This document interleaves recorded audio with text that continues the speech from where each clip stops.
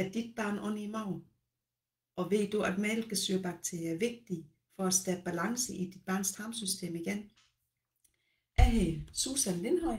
Jeg er zoneterapeut og babymassageinstruktør og har specialiseret mig i behandling med zoneterapi og massage til babyer og småbørn. Det jeg vil fortælle dig om i dag, det er de her mælkesyrebakterier og hvorfor de er vigtige for dit barns tarmsystem.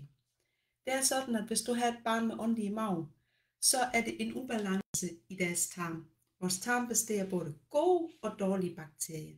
Når du har ondt i maven, forstoppelse, kolik osv., så er det typisk en overvækst af dårlige bakterier og for lidt af de gode bakterier. Og for at skabe den her balance igen, så tilfører man nogle flere af de gode, så tarmen igen kan have det godt. De 2 mælkesyrebakterier er anbefalet. Der er den første, det er det her Lactocare, som kan købes på apotek.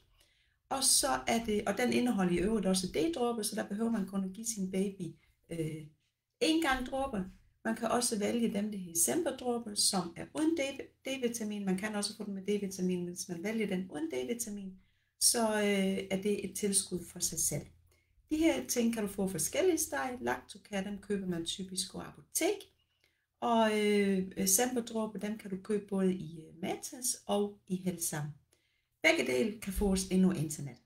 Hvis du gerne vil vide mere omkring mælkesyrebakterier, hvor du kan få dem hen, så kan du hoppe ind forbi min hjemmeside, hvor det ligger et link under min babyblog, hvor du kan læse lidt mere omkring mælkesyrebakterier. Vi ses derinde, og have det godt så længe. Hej!